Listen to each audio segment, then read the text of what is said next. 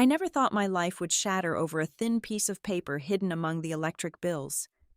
No sirens, no gunshots, just cold ink, stating I owed $560,000 for a house I had never seen. The initial terror froze my blood, but the moment I realized exactly who had stolen my identity to weave this massive lie, the panic evaporated into something sharp and ruthless. They chose the absolute wrong sacrificial lamb. Hello, everyone. Before today's story begins, we'd like to share a quick message. YouTube recently removed our monetization, cutting off our income. If you enjoy this story, we humbly ask for just $1 to help pay our staff so they can make a living and keep creating for you. Thank you for saving us. Now let's begin the story. My name is Audrey Snyder. I am 32 years old, and up until a rainy Tuesday in October, my life was built on predictable, comforting algorithms. As a senior data analyst at Atheros Data Solutions in Boston, my entire professional existence revolved around finding anomalies in massive datasets and correcting them. I believed in order. I believed that if you played by the rules, paid your taxes, and kept your head down, the system would protect you. I was hopelessly naive. The evening it all shattered, I had just trudged up the 3 flights of stairs to my modest rented apartment after a grueling 10-hour shift. My bones ached and my brain felt like static. I dumped my wet coat on a chair and absent-mindedly sifted through the small stack of mail I had grabbed from the lobby. Mostly junk, a water bill, and then a thick premium envelope bearing the embossed logo of Sterling Horizon Bank. I tore it open expecting a pre-approved credit card offer. Instead, my eyes locked onto the bold black letters screaming at the top of the page. Notice of intent to foreclose. My vision blurred as I scanned the text. The document claimed I was the sole guarantor of a mortgage loan and that I was currently in default. The outstanding balance was a staggering $560,000. At first, a short, breathless laugh escaped my throat. It had to be a clerical error, a glitch in the bank's automated mailing system. I had a perfect credit score. I lived in a 1-bedroom apartment that smelled faintly of old pine and radiator dust. I had never even carried a balance on my modest credit cards, let alone taken out a $500,000 mortgage. Still wearing my damp work shoes, I sat on the edge of my couch and dialed the customer service number printed at the bottom of the threatening letter. After 20 agonizing minutes of elevator music, a representative answered. Her voice was flat, mechanical, stripped of any human empathy. "Thank you for calling Sterling Horizon. How may I assist you?" she asked. I explained the absurd letter I had received, keeping my tone light, almost apologetic for wasting her time.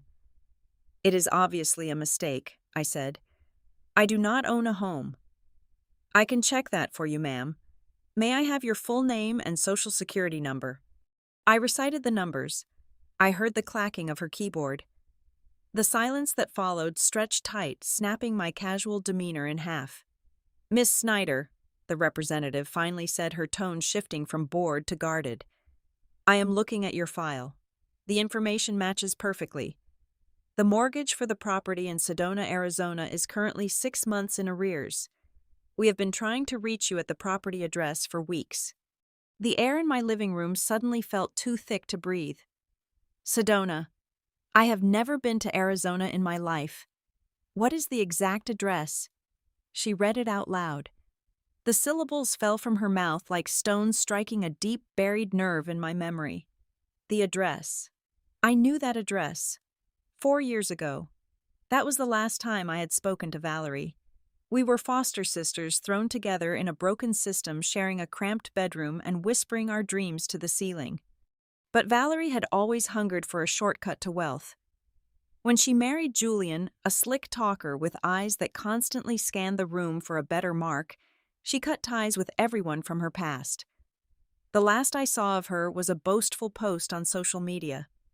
She had posed in front of a sprawling desert plot in Sedona, bragging about the luxurious healing eco-resort she and Julian were building.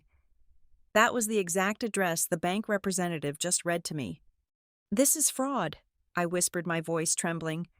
"Someone stole my identity. If you believe this is fraud, You will need to file a police report and submit a claim to our fraud department, the woman replied, reciting a corporate script. However, until the claim is resolved, the foreclosure process will continue. I hung up the phone. My hands shook violently as I opened my laptop. Using the secure portals I relied on for work, I pulled my comprehensive credit report. The screen illuminated the dark room, casting harsh shadows against the walls. The mortgage was not an isolated incident. Beneath the surface of my stolen name lay an entire shadow economy. There were multiple shell companies registered with my credentials. Business credit lines had been opened and maxed out. The property in Sedona was not a home. It was the centerpiece of a massive hollow corporate structure. Julian and Valerie were not building an eco-resort. They were running a sophisticated investment scam, and they were using me as the foundation. My first instinct was blind rage. I wanted to find Valerie's number, call her, and scream until my vocal cords bled. I wanted to demand answers from the girl who used to braid my hair. I reached for my phone, but a sharp ping from my laptop stopped me. A new email had dropped into my inbox. It was not from the bank. It was an automated notification from a county law enforcement database. A system alert I had subscribed to years ago for a background check project at work. The alert triggered whenever my name appeared in a new legal filing. I clicked the message. My heart slammed against my ribs. It was an active subpoena notice from the county sheriff's department. The authorities were opening a wire fraud investigation. But they were not looking for Julian. They were not looking for Valerie. The primary suspect listed on the document was Audrey Snyder. They had not just stolen my identity to secure a loan. They had meticulously engineered a paper trail of financial ruin, and when the authorities finally came knocking for the stolen millions, I was going to be the one standing in the doorway holding the bag. They were throwing me to the wolves to buy their own freedom. Going to the authorities right now would be absolute suicide. I stared at the flashing subpoena alert on my screen, my mind racing through the terrifying permutations. If I walked into a police precinct to claim my innocence, I would simply be handing them their prime suspect on a silver platter. The digital paper trail they had constructed was immaculate. I dug deep into the metadata of the property deed and the initial loan applications. The Internet Protocol addresses used to sign the documents traced back to a secure virtual private network, but the device identification tags perfectly mirrored my own hardware. The digital signatures were not just close approximations. They were flawless cryptographic matches. My cloud-stored identification scans, my tax returns, my biometric authentication tokens, everything had been meticulously weaponized. To the eyes of the law, I was the undisputed mastermind. The financial system I had trusted my entire life was now a perfectly constructed cage, and the lock had been forged using my own data. Panic is a useless emotion in data analysis. I forced my breathing to slow, closed the panic-inducing email, and booted up my secondary encrypted workstation. Aetheris Data Solutions paid me a substantial salary to find ghosts in the machine, and now I was going to hunt down the people who made me one. I started with the loan origination file. Banks always leave digital breadcrumbs, even when corrupt employees try to sweep them away. I scraped the metadata from the public registry of the Sedona property, bypassing the superficial data layers to access the routing numbers of the escrow accounts. It took me 3 solid hours of writing custom extraction scripts, but I finally isolated the digital fingerprint of the loan officer who processed the fraudulent application. His name was Marcus Thorne. A quick cross-reference with federal regulatory databases lit up my monitor in bright red. Thorne was not a respectable mortgage broker. He had a revoked license in 3 different states and a prior felony conviction for wire fraud. Julian and Valerie had not fooled a legitimate banking institution. They had bribed a corrupt insider to push the paperwork through the system without raising a single red flag. But the burning question remained. How did they acquire my cryptographic keys in the first place? Thorne could fake a signature on a document, but he could not bypass 2-factor authentication on my personal cloud drives. I leaned back in my chair, scouring my memory for any point of vulnerability. 4 years ago. That was the last time Valerie had stepped foot inside my apartment. She had cried on my couch, claiming she was desperate to apply for jobs, but her laptop had completely died. I had lent her my old backup machine for the entire weekend. My stomach dropped as I accessed the archived system logs from that old device. Deep within the registry files buried underneath layers of disguised system updates, I found the truth: a highly sophisticated keylogger executable. She had not been typing resumes. She had been harvesting every single keystroke, capturing my master passwords, my security questions, and my biometric backup files. My own foster sister had planted a digital parasite in my life, siphoning my identity drop by drop while smiling at my dinner table. I needed a ghost of my own to navigate this mess. I reached out to Vance, a private investigator specializing in forensic accounting, whom I had collaborated with on a massive corporate embezzlement case 2 years prior. I compiled a secure encrypted packet containing everything I had discovered and sent it to his server. When he called me back on a burner line, his voice was grim and tight. "Audrey, you are standing on a massive landmine," Vance said. "I ran Julian's recent corporate filings through my network. They are not trying to save this property in Arizona. They are intentionally letting the mortgage default." I frowned, the logic completely escaping me. Why would they do that? They are losing the house. "Because the house is just a washing machine," Vance replied sharply. "If the bank forecloses, the asset gets liquidated through legitimate government channels.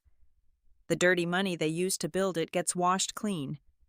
And since your name is the only one on the deed, when the federal agents trace the fraudulent funds back to the property, you take the fall while they walk away clean." "It gets much worse," Vance continued, the audio crackling slightly over the secure connection. I pulled the architectural blueprint submitted to the county planning office. There is a major structural anomaly in the master bedroom of the Sedona house. A reinforced void space behind the drywall that does not match the heating and cooling schematics. I tapped into some chatter on the dark web forums Julian frequents. He just pulled off a massive rug pull scam on a decentralized finance exchange. He stole millions of dollars from retail investors. The puzzle pieces violently slammed into place. "The void space," I breathed into the receiver. "It is a hidden safe." "Exactly," Vance said. "It is packed with cold storage hard drives holding the stolen cryptocurrency. Millions of dollars in untraceable digital gold sitting right inside the walls. But Julian cannot move it while the heat is on. They need the Federal Bureau of Investigation to raid that house. They need the property seized under your name. While you are sitting in a federal holding cell answering for their mortgage fraud, Julian's accomplices will buy the foreclosed property at a police auction for pennies on the dollar. They will crack the walls open and retrieve the crypto clean and clear. You are not just the fall guy, Audrey. You are the perfect decoy." I hung up the phone. The paralyzing fear was completely gone, replaced by an icy, calculating clarity. They wanted to play a game of digital warfare. They had no idea who they had just invited to the table. I needed to perform the greatest acting role of my life. I poured a glass of ice water, took a sip, and deliberately forced myself to hyperventilate. I took short, jagged breaths until my chest ached and my eyes watered. When I was trembling convincingly enough, I dialed the personal cell phone number I had scraped from Valerie's recent utility registry. The line rang 3 times before she answered. "Hello," her voice floated through the speaker, light and airy. Valerie, it is me. It is Audrey," I stammered, letting a loud, ugly sob break my sentence in half. "Please, I do not know who else to call. You have to help me. I am so terrified." There was a sharp intake of breath on the other end. "Audrey, oh my goodness, sweetie, what is wrong? You are shaking. I can hear it in your voice." "I received a letter from a bank," I cried, perfectly modulating my pitch to sound like a cornered, confused animal. "They are saying I am defaulting on a mortgage. They say I owe over $500,000. And there is an alert from the police. They think I committed wire fraud. Valerie, someone stole my identity, and I am going to go to prison. I do not understand any of this. I could almost hear the triumphant smirk forming on her face through the digital connection. When she spoke again, her tone was dripping with that thick, syrupy concern she used to weaponize against our foster parents whenever she broke a rule and wanted me to take the blame. "Oh, honey, listen to me. Deep breaths. You are going to be okay," Valerie cooed. "The financial system is a nightmare. They always go after the innocent ones. But you are incredibly lucky you called me. Julian works with top-tier defense attorneys all the time for his real estate developments. You cannot talk to the police by yourself, Audrey. They will twist your words and lock you away before you can even explain." "What do I do?" I whimpered, biting the inside of my cheek to keep my voice steady. "You pack a bag," Valerie commanded gently. "Get on the very first flight to Phoenix. I will have a driver bring you up to our house in Sedona. You will stay here with us perfectly safe. Julian will bring his legal team to the house and we will handle this mess together.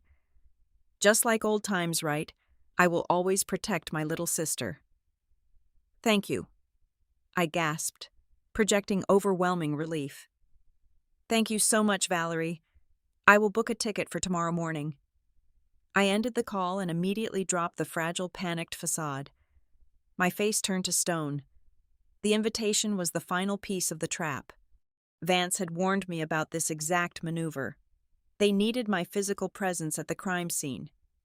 If the authorities raided the house while I was hiding in Boston, I could argue I had no knowledge of the property.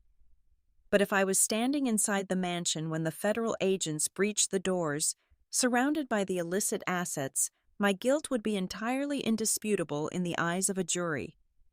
They were luring the sacrificial lamb straight to the altar.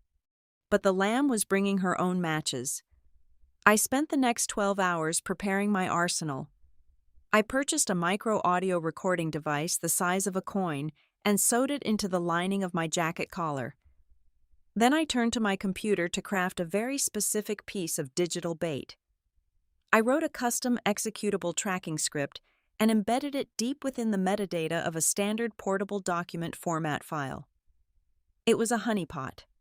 To the naked eye, the file looked like a dense, boring log of my recent bank statements. But the second someone opened it on a new computer, the script would silently deploy, instantly mapping the host network and quietly broadcasting the machine's secure media access control address and local directory logs to an encrypted offshore server I had rented. I saved the poisoned file onto a pristine silver flash drive and slipped it into my pocket. The flight to Arizona took nearly 6 hours. When I stepped out of the airport, the desert heat hit me like an open furnace. It was easily over 100 degrees.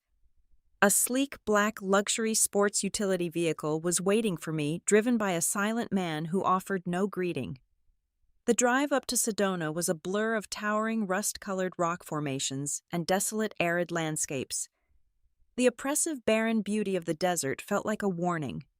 The vehicle finally turned onto a private gated road, winding up a steep ridge until the mansion came into view. It was a grotesque monument to stolen wealth. A massive fortress of dark glass, polished steel, and imported stone jutting out of the red dirt like a parasitic growth. The sheer opulence of the architecture stood in sickening contrast to the ruined lives and emptied retirement accounts that had funded its construction. Julian was waiting for me in the cavernous, sunlit foyer. He looked exactly like the kind of man who could sell ice to a blizzard. He wore a crisp, unbuttoned linen shirt and a watch that likely cost more than my entire annual salary. His smile was dazzling, perfectly practiced, and entirely devoid of warmth. "Audrey," he said, stepping forward with his arms wide open, enveloping me in a suffocating embrace that smelled of expensive cologne. "We are so incredibly sorry you are going through this nightmare. Valerie has been practically sick with worry." "I am just so confused," I murmured, keeping my eyes wide and darting around the massive room. He guided me to a heavy mahogany dining table. I know, but you do not have to worry anymore. My lawyers have drawn up a strategy to get the bank off your back and clear your name with the authorities. Julian reached into a leather briefcase and slid a thick stack of printed pages across the polished wood, along with a heavy gold pen. The bold heading at the top of the page read, "Irrevocable Power of Attorney." "What is this?" I asked, my voice quivering right on cue. "It is just a standard authorization," Julian said, his voice smooth as velvet, his eyes fixed intensely on mine. "It gives my legal team the absolute right to negotiate with the bank and the local police on your behalf. We cannot protect your assets unless you give us the legal shield to do so. Just sign at the bottom of the last 3 pages, Audrey. Once you do that, the burden is entirely off your shoulders. We handle everything from here on out." He was lying through his perfect bleached teeth. This document would not shield me. It would legally bind me to every single fraudulent transaction they had made over the last 6 months. It was their ultimate get-out-of-jail-free card, and he was shoving it right down my throat. I stared at the gold pen, letting my hand shake visibly as I reached out to touch it, secretly relishing the fact that Julian had no idea I was already tightening a noose around his neck. The sprawling desert mansion settled into absolute silence at exactly 2 o'clock in the morning. I lay perfectly still on the plush mattress of the guest bedroom, staring at the shadows dancing across the vaulted ceiling. The terrified, weeping victim I had played all afternoon was gone, shed like a useless second skin. In the dark, my mind was sharp, cold, and meticulously calculating. I waited another 45 minutes to ensure Valerie and Julian were trapped in a deep sleep. When I finally slipped out from beneath the high thread count sheets, I moved with the precise, deliberate intent of an executioner. Earlier that day, when Julian had trapped me in that suffocating cologne-soaked embrace in the foyer, my trembling hands had not just been a theatrical performance. I had pressed a localized radio frequency scanner against the pocket of his linen trousers, silently cloning the encrypted signal from his master key fob. Now, sliding through the darkened hallways in my bare feet, I put that stolen signal to use. I reached the main security terminal, hidden behind a decorative painting in the corridor. I fed the cloned signal into the panel, granting myself administrative access for exactly 5 minutes. I disabled the motion sensors on the ground floor and put the internal security cameras on a looped recording of an empty hallway. I had exactly 30 seconds to move before the system refreshed its protocols. I slipped down the grand staircase and approached the heavy oak doors of Julian's private office. The cloned fob unlocked the electronic deadbolt with a soft, barely audible click. I stepped inside and locked the door behind me, pulling the heavy velvet blackout curtain shut before switching on a small pen light. The office reeked of expensive bourbon and unearned arrogance. My first objective was physical verification. Using the architectural blueprints I had memorized back in Boston, I paced out the exact dimensions of the room. 7 steps from the doorway to the mahogany desk. 4 steps from the desk to the custom-built bookshelf on the far wall. I ran my fingertips along the wood paneling, pressing lightly against the joints. There was a faint hollow echo behind the 3rd shelf. I found the hidden seam. Right behind this thin layer of drywall and expensive lumber sat the reinforced void space, the hidden safe. Millions of dollars in stolen cryptocurrency resting silently in cold storage drives, waiting to be washed clean by my impending arrest. A lesser person might have tried to crack the safe, grab the drives, and run off into the desert night. But running would only make me a fugitive. I did not want to steal their dirty money. I wanted to burn their entire empire to the ground, and I was going to use their own servers as the matches. I sat down in Julian's plush leather chair and booted up his primary workstation. It was password protected, of course, but I did not need his password. I pulled the pristine silver flash drive from my pocket, the one carrying the honeypot file I had coded back home, and slid it into the auxiliary port beneath the desk. My fingers flew across the mechanical keyboard, bypassing the operating system entirely to access the underlying command terminal. I deployed a sophisticated Trojan horse protocol directly into the local area network of the mansion. It was not designed to steal data. It was a digital dead man's switch. The script burrowed deep into the router configuration, acting as a silent, invisible monitor. I coded a strict parameter. If Julian or his associates attempted to wipe the servers, delete any transaction logs, or move the cryptocurrency files, when the federal agents eventually raided the house, the Trojan would trigger instantly.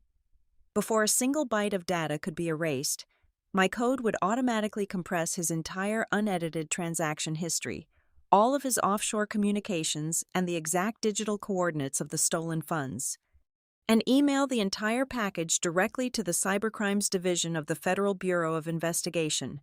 I had rigged the system so that their own attempt to hide the evidence would be the exact mechanism that exposed them.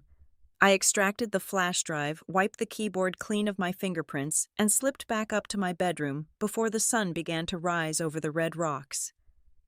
At 7 o'clock the next morning, while Julian and Valerie were still asleep, I quietly took the keys to one of the spare utility vehicles parked in the massive garage. I drove down the winding mountain road, leaving the secluded estate behind as I headed into the heart of town. I was not fleeing. I had an appointment to keep. I pulled into the parking lot of the local Sterling Horizon branch just as the doors unlocked for business. The air conditioning inside the bank was freezing, but I felt nothing but a burning singular focus. I walked straight up to the teller window. I did not cry. I did not shake. I slid my state-issued identification card across the marble counter. "I need to make a direct payment to cure a mortgage delinquency," I said, my voice steady and commanding. The teller typed my information into her computer. "Okay, let me pull up the account. Yes, I see the property here. The account is currently 6 months in arrears. The total past due amount is $15,000. If this is not paid, the property will move into active foreclosure." I opened my bag and handed her a certified cashier's check I had prepared back in Boston. It represented my entire life savings. Every single penny I had managed to scrape together over the last 10 years gone in an instant. "Apply the full $15,000 to the arrears," I instructed her. The teller blinked, surprised by the seamless transaction. She processed the check, stamped a thick stack of papers, and handed me a printed receipt. "The payment has cleared. The account is now current." That single piece of paper was the ultimate weapon. Julian and Valerie had intentionally let the mortgage default to trigger a foreclosure and wash their dirty money. But by curing the default, I had legally halted the entire foreclosure process. The bank no longer had any claim to seize the property. The asset was no longer distressed.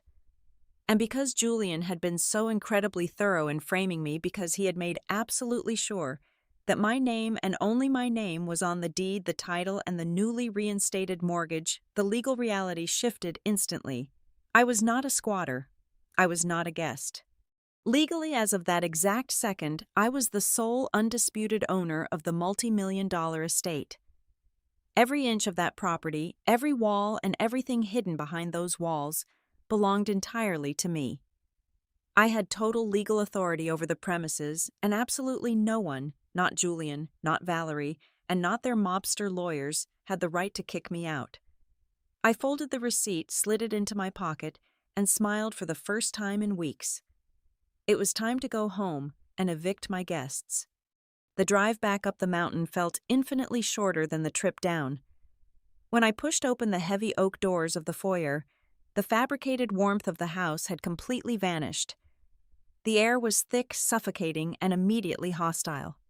They were waiting for me in the cavernous main living room. Valerie was pacing aggressively across the expensive Persian rug.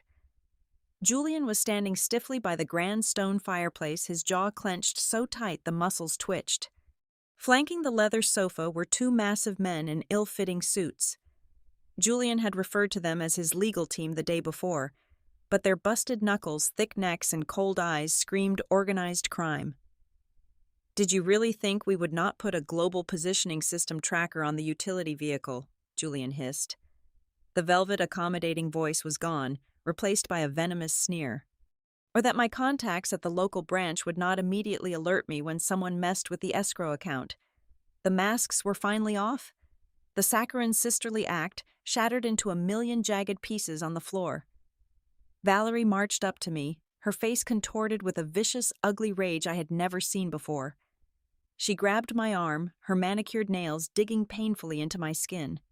"You stupid, pathetic little girl," Valerie spat, her voice trembling with years of suppressed, rotting hatred. "You always had to be the smart one, did you not?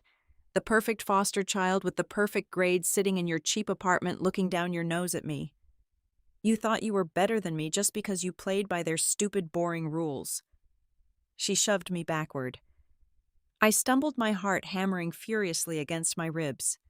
"You are nothing, Audrey," Valerie continued, her voice rising to a hysterical pitch. "You were born to be a stepping stone, a blank slate with a clean credit score for me to use. That is your only purpose in this world. You exist to fund my life." "I own this house now," I said, keeping my voice steady, despite the adrenaline surging through my veins. "You cannot throw me out." Julian let out a sharp, humorless bark of laughter. He reached behind his back and pulled a sleek black handgun from his waistband. He racked the slide with a swift motion.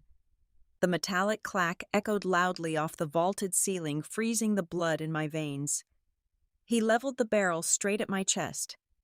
The calculated noir of the night before vanished, replaced by raw, uncontrolled violence.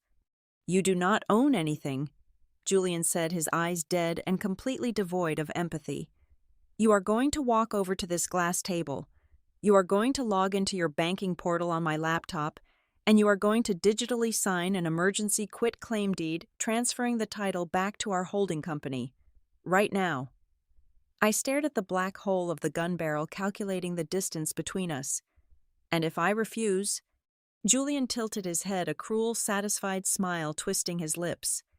"Then the local police find a very somber scene. A lonely, broken data analyst crushed under the weight of over $500,000 in fraudulent debt drives out to the desert and chooses a permanent escape.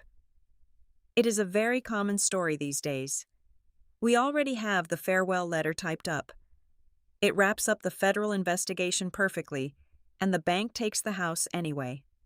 The two thugs stepped forward, blocking the only exits. I was completely cornered. My chest heaved as I slowly walked toward the coffee table where the open laptop sat waiting. My hands hovered over the keyboard. I needed to stall. I needed just a few more minutes. "Do it," Julian commanded, stepping closer, pressing the cold steel of the gun directly against the back of my neck. Before my trembling fingers could touch the keys, a piercing mechanical scream shattered the quiet desert morning. The wail of police sirens. Not just one car. It sounded like an entire tactical fleet tearing up the private mountain road. Flashing red and blue lights began violently strobing through the massive floor-to-ceiling windows, painting the living room in chaotic, frantic colors. The heavy crunch of armored tires on gravel announced the arrival of the federal agents. For a split second, I thought Julian would panic. I thought the gun would shake. Instead, a terrifying, triumphant smirk spread across his face. He quickly wiped the grip of the handgun with the hem of his shirt and shoved it into the waistband of one of his hired thugs. Then he grabbed the laptop off the table, the very machine loaded with every piece of forged digital evidence, and violently shoved it into my chest. I instinctively grabbed it with both hands to keep it from crashing to the floor. "Perfect timing," Julian whispered maliciously into my ear. "They are here for the mastermind." He backed away from me, raising his hands high in the air, his face instantly transforming into a mask of pure, absolute terror. Valerie let out a perfectly timed, hysterical scream, cowering behind her husband. Outside, heavy boots pounded against the stone porch. The heavy oak doors of the foyer began to splinter and crack under the sheer force of a police battering ram. I stood entirely alone in the center of the massive room, holding the damning evidence, looking exactly like a desperate, cornered criminal caught in the act. The trap had snapped shut, and the walls were finally closing in. The heavy oak doors of the foyer did not just open. They exploded inward in a terrifying shower of splintered wood and twisted metal hinges. The sheer force of the police battering ram shook the foundation of the massive desert house. Over a dozen heavily armed federal agents swarmed into the cavernous living room like a tidal wave of dark tactical gear, their rifles raised and laser sights cutting sharply through the morning dust. The deafening shouts of law enforcement commands bounced off the high vaulted ceilings, shattering the suffocating tension that had gripped the room just a second before. Federal Bureau of Investigation, drop all weapons. Put your hands high in the air right now, the lead commander roared, sweeping the room with her weapon. Julian immediately dropped to his knees on the expensive Persian rug. His arrogant, murderous demeanor vanished in a millisecond, seamlessly replaced by the pathetic performance of a terrified victim. He laced his hands behind his head and pointed a trembling finger directly at me. "Officers, thank God you are here," Julian shouted over the chaos, playing his final desperate card. "She has a gun. The woman standing there with the laptop, Audrey Snyder, she is the mastermind. She orchestrated all the wire fraud. She broke into our home and has been holding my wife and me hostage all morning." I stood completely still in the center of the room, clutching his laptop to my chest. I did not raise my hands. I did not beg for my innocence. I just watched. The lead agent, a tall woman with sharp, unyielding eyes, strode purposefully into the living room. She did not even glance in my direction. She marched straight past. My figure walked right up to Julian, grabbed him roughly by the collar of his expensive linen shirt, and slammed him face first onto the cold marble floor. The sharp metallic click of heavy handcuffs locking around his wrists echoed loudly, cutting through the shouting. Two other tactical agents immediately tackled the mobster thugs, who had been guarding the exits, stripping them of their concealed handguns and pressing boots into their backs. Another agent grabbed Valerie, pulling her arms forcefully behind her back as she shrieked in absolute bewildered terror. "What are you doing?" Julian screamed, his cheek mashed against the stone floor, his voice cracking with genuine panic. "You have the wrong person. Look at her. She is holding the laptop with all the fraudulent accounts." I slowly lowered the computer to the glass coffee table. I walked over and stood right above Julian, looking down at his pathetic, immobilized form. "They do not want the laptop, Julian," I said, my voice eerily calm and steady, commanding the attention of the entire room, "because they already have your entire unedited hard drive securely stored on their own servers." Julian twisted his neck to look up at me, pure confusion warring with the rising terror in his eyes. "Remember that digital power of attorney file you forced me to electronically sign on your secured network yesterday?" I asked, crouching down slightly so he could hear every single word. "The document you processed to legally lock me out of my own identity, it was not just a legal authorization. It was a targeted deployment vehicle. The moment you opened that encrypted folder to verify my digital signature, you triggered a dormant script I had smuggled into your system. That code instantly bypassed your virtual private network, extracted your original Internet Protocol location, and forwarded every single encrypted email exchange between you and your corrupt broker directly to the federal prosecutor down in Phoenix. You thought you were sealing my fate, but you actually handed them the exact knife they needed to cut your throat." Valerie was sobbing uncontrollably now, her perfect designer makeup completely ruined, running down her cheeks in dark, ugly streaks. "You psychotic little witch," she hissed at me, struggling wildly against the federal agent holding her arms. "You cannot prove anything. It is your name on all the bank paperwork. You own the debt." I stood up, reached into the pocket of my jacket, and pulled out the freshly stamped receipt from the local bank branch. I held it up so the bright desert sun caught the crisp, white paper. "Actually, Valerie, you are absolutely right," I said, offering her a cold, empty smile. "My name is the only one on the deed, which makes me the sole legal owner of this property. And since I paid $15,000 this morning to ensure the mortgage is entirely current, the bank cannot foreclose. You wanted me to be the homeowner, so I would take the fall. Well, as the lawful homeowner, I did not even need a search warrant to invite the authorities inside." I turned my attention to the lead FBI commander. "The structural anomaly is located behind the third mahogany bookshelf in the master office on the ground floor. That is where you will find the reinforced hidden safe containing the cold storage drives with the stolen $12 million in cryptocurrency. Julian let out a guttural, suffocating sound of pure defeat. He pressed his face into the floor, realizing the inescapable depth of the trap I had built around him. The color completely drained from Valerie's face. "No," Valerie whispered, shaking her head frantically. "Marcus will not let you get away with this. Marcus covered all our tracks." "Marcus Thorne was arrested in his driveway at midnight last night," I replied, driving the final nail into their coffin.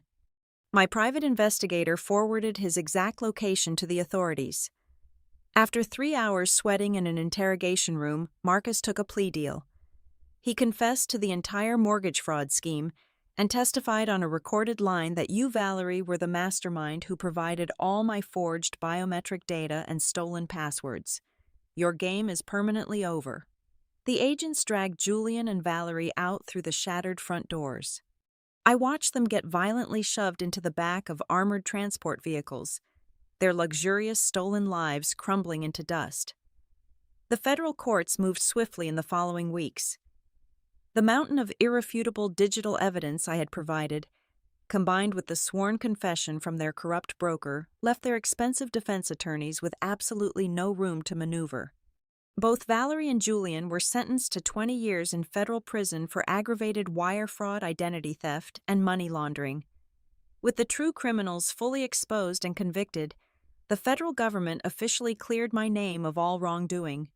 Every single fraudulent shell company attached to my identity was permanently dissolved. My perfect credit score was fully restored. The massive desert estate was officially seized by the authorities to be liquidated at auction, ensuring the stolen millions would be returned to the defrauded retail investors. Months later, I stood alone at the edge of the private mountain road, watching the vibrant sun dip below the rust-colored Arizona horizon. The sprawling mansion behind me was wrapped tightly in bright yellow police tape, standing as a hollow, empty monument to their infinite greed. The desert wind blew past me, warm, harsh, and incredibly clean. For the first time in what felt like a lifetime, my lungs expanded fully. I realized then that true freedom does not come from running away and hiding from the monsters in the dark. True freedom comes from standing your ground, striking a match, and meticulously burning the people who try to destroy you down to ashes. My name is Audrey Snyder, and I do not owe them a single dime. Thank you so much for listening to today's story. We hope you enjoyed it. As an ad-free channel, your support is what keeps us alive. Please support Vivian Revenge Stories with just $1 via the QR code on the screen, or click the link in the description box or pinned comment. Also, we'd love to connect with you. Please leave a comment telling us which city or state you're listening from. Thank you for standing with us, and see you in the next stories.